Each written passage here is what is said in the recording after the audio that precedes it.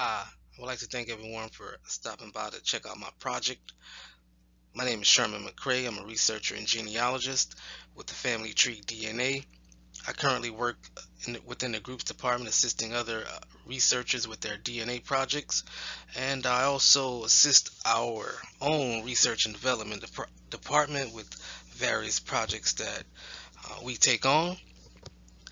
But today I'll be giving a presentation on how I use DNA testing to find families scattered by slavery, and hope you guys enjoy.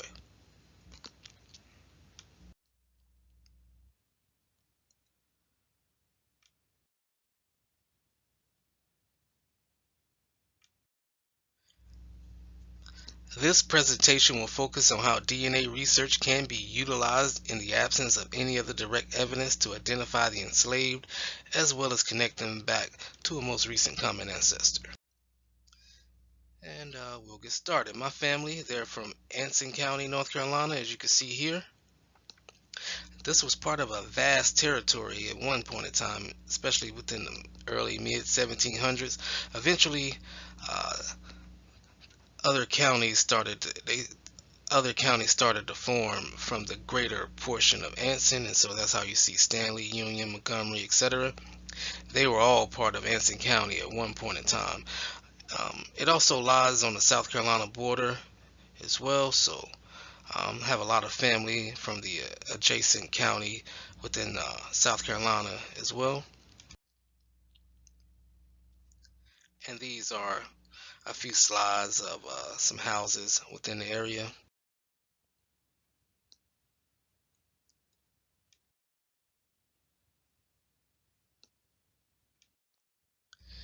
And so Anson County received a lot of notoriety when it was chosen as the location to film the movie The Color Purple. I think it came out in the 80s. It featured Whoopi Goldberg, Danny Glover. And so this house that you see right here was in the movie. It was actually it was a plantation owned by James Bennett. And so when the Union soldiers came through, they robbed and killed him. I think he requested to be buried out back in the slaves cemetery. And so that's one thing about Anson County as a whole, because I think North Carolina as a whole state in terms of records, we have pretty good records.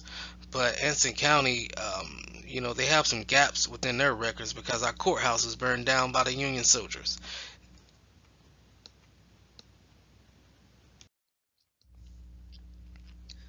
So this is an image of my maternal grandfather, and I'd like to point out that he has three Smith lines. So you can see he has an Alexander Smith right here. He has a Moses Smith right here, and he has another great grandfather named Alexander. And so all of these families that you see here were all enslaved together on various farms and plantations within Louisville and Anson County, North Carolina. So when you receive matches, because we're related, sometimes I receive matches from descendants of these people, and we're related more than once. And so using auto advanced tools allows me to do better triangulation to figure out where our true connection arises. This screenshot shows some autosomal matches with my mother, and a brief breakdown of autosomal DNA is essentially the random recombination of DNA that you inherit from both sides of the family. So therefore, when you do this test, you get matches from both sides of the family, typically tracing back 4 to 6 generations, but you can find matches that will put your lines back further as well. And so this is their father. His name's John, sharing about 50 centimorgans. This is Nasir, his son, sharing 21, and his daughter Mandisa, she shares about 24 centimorgans with my mother. And so I also added in a little screenshot of their tree because they also have a direct Smith line as well that came out of Anson County.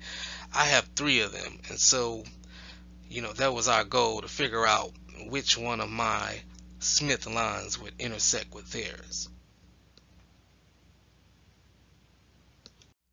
Next, on this slide, we're looking at a bit of autosomal segment triangulation done on a GEDmatch site, and it's showing that John and Nasir are matching my mother on the first chromosome. I still wasn't able to tie our connection back to any common ancestors, so next we both agreed on doing Y-DNA testing through family tree DNA. Here I'll provide a brief breakdown on Y-DNA.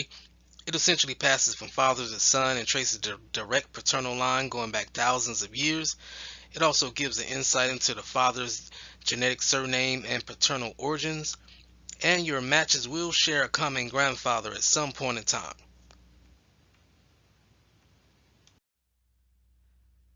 And this slide here shows a migration map, a haplogroup migration map. So essentially, when your results post from Y-DNA testing, you're assigned a haplogroup, which essentially shows the migration path your ancestors would have took over the course of time. It could also tell you if your oldest known ancestors were Native American or if they were in Jewish populations, etc., all based on the haplotype. And so we test positive for EM96, meaning my oldest known ancestor going back thousands of years would have been born in this region of the world, and his descendants would have migrated into West Africa.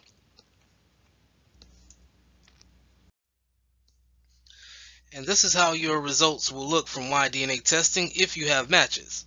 It's not always a guarantee that there will be matches or people from your direct line that have tests. So therefore, if you look here closely, you'll see Nasir is my highest match. Well, I'd like to also point out that I wasn't the prime candidate to test because my Y-DNA would lead me along a different path. So therefore, I tested my mother's brother. He was the correct person to test because his Y-DNA would intersect with Nasir's if that was how our connection arose. So what we're looking at here is that they have 111. We had 111 markers tested. They have a genetic distance of 1. So you would read we match on 110 out of 111 markers examined. So this was a great find. Y-DNA successfully solved my connection to Nasir and Butch and his whole family. We have a common male ancestor. This is a chart that I use from time to time. It was developed by Ian McDonald. He's a FTDNA administrator. And so you can look at the genetic distance or the number of markers that you don't match with a person and the number of markers tested, and you can get an estimate. So we have about a genetic distance of 1 out of 111 markers tested, so that means that our connection is within the last 150 years. And so if you have someone who's more distantly related, say you guys have a genetic distance of 3, you have 3 mutations, then you can kind of apply this chart to maybe refine your match list or refine your connection down a bit more.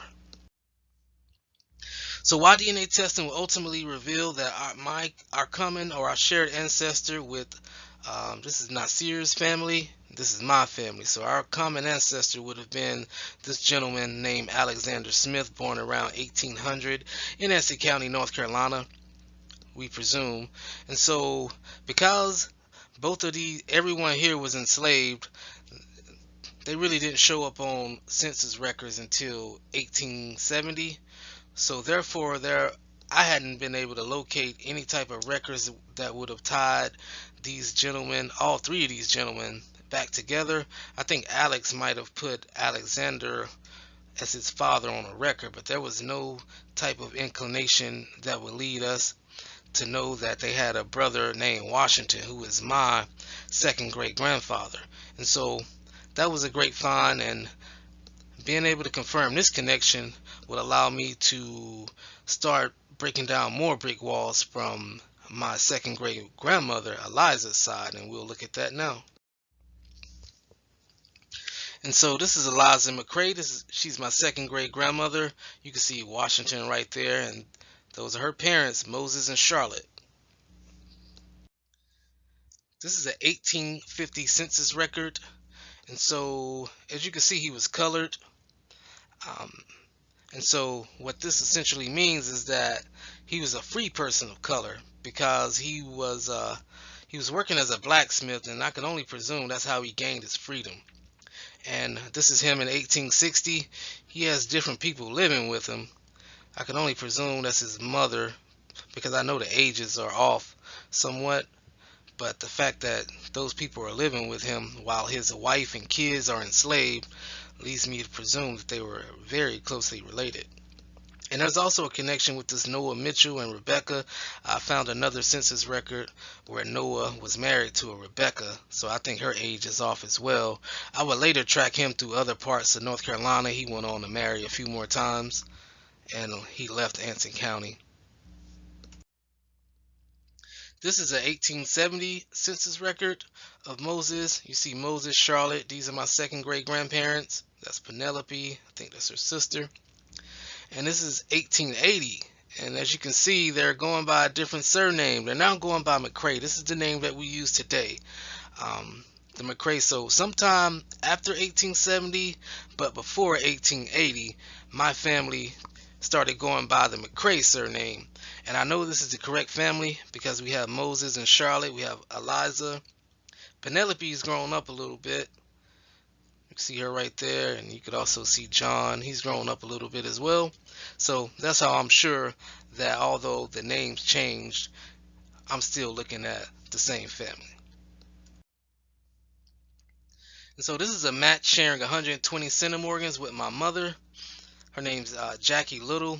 This family has done a lot of testing, so they're pretty confident our connection is through this gentleman here named Walter Minor. He would have been born in the late 1860s, maybe 1870. This slide shows Walter Minor, shows him born around 1870 in Mississippi and dying in Arkansas.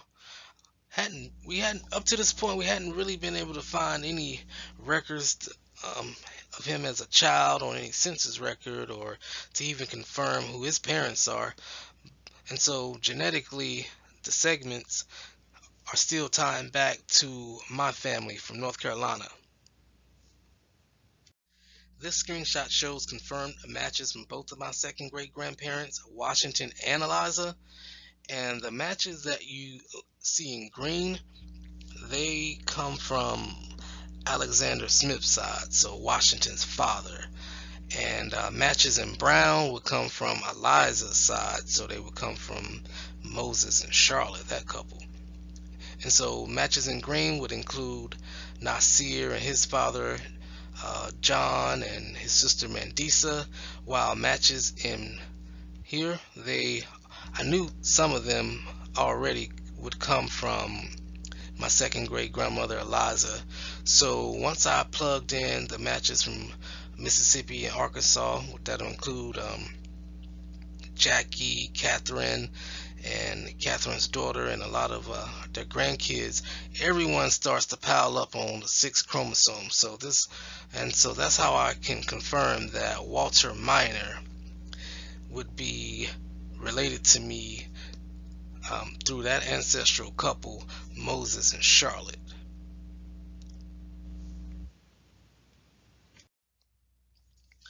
And so here is a site I use from time to time called the Shared Centimorgan Project, and it essentially you could plug the number of centimorgans you share with someone and they give you a relationship estimate.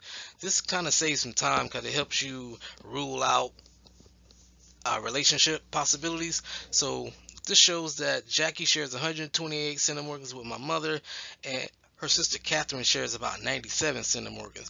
And the relationship probability shows that they could be like half second cousins, and they give some other stuff. And so you just have to use process of elimination. So I know that they can't be a first cousin 3-time removed, because technically a first cousin 3-time removed would be like a first cousin to your great grandparent. So you just start ruling those relationship possibilities out. So The more plausible relationship scenarios appear to be a half-second cousin to a third cousin. So a half-second cousin means they share one great-grandparent. Eliza McCrae is my mother's great-grandmother.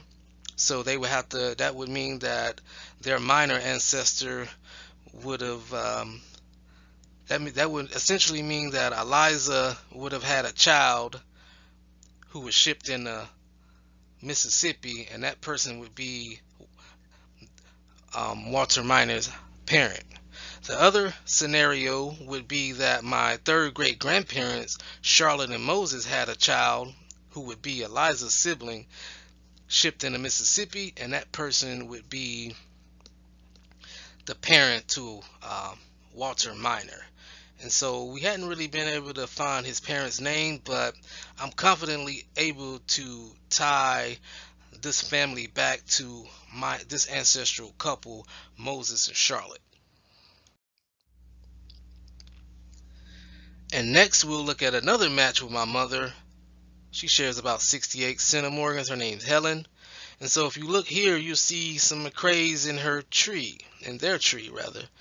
But keep in mind, my family went by a different surname.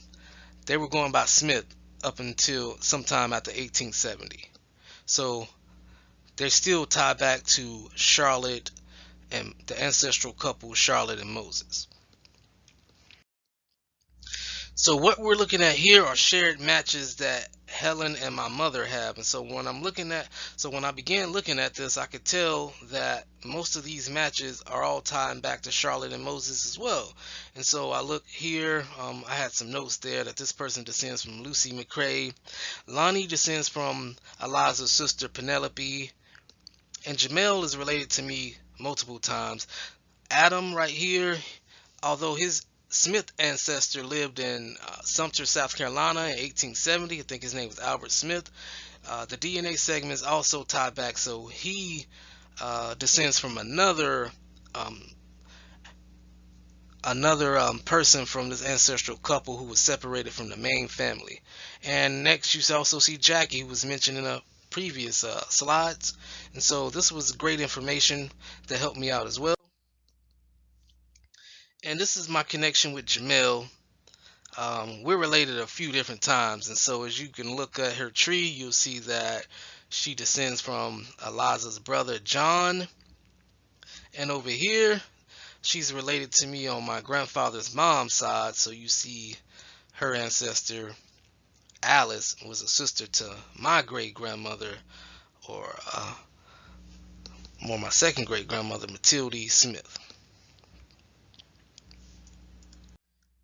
On this screenshot, we're looking at, we're actually on GEDmatch site, and so we're looking at people who may match one or two of the kits that I'm using. So of course I'm using my mother against Helen, so therefore I have my first cousin there, Jackie from the presentation, and Jamel. On this screenshot, we're looking at the triangulated results sorted by chromosome start position. And if you look at, so we'll just look at the 6th chromosome. And so how you would read this is that we're going against my mother's DNA. So this would mean that Helen and Jackie match my mother on the start and end position, and they share this number of centimorgans. This is triangulation right here. They all triangulate on this segment right here. That means they all descend from a common ancestor. And here we have some smaller segments of matching for Helen and Jamel, and Jackie and Jamel, and Helen and my first cousin Tiffany. This means that they're all matching my mother on the 6th chromosome, which I've already tied back to Moses and Charlotte. So this will be another confirmation that Helen now, Helen's ancestor would be a descendant from Moses and Charlotte. Further research is still needed to truly confirm which one of Helen's ancestors would be the offspring of my third great grandparents. But the thing that remained consistent is that the DNA segments shared between Helen and her and the people from her side that tested is that they all tie back to the ancestral couple Moses and Charlotte. DNA research and the tools available have provided more opportunities for researchers such as myself to extend our genealogical lines back further and confirm suspected relationships. I would like to thank everyone who took the time to check out my presentation today, and would like to ask that you go and check out the YouTube channel called the DNA Guide, GUI''D, where I'll upload more in-depth videos concerning DNA and genealogy. And also check out the RootsTech website because they have loads of information there as well. Once again, my name is Sherman McCray, and I appreciate you checking out my presentation.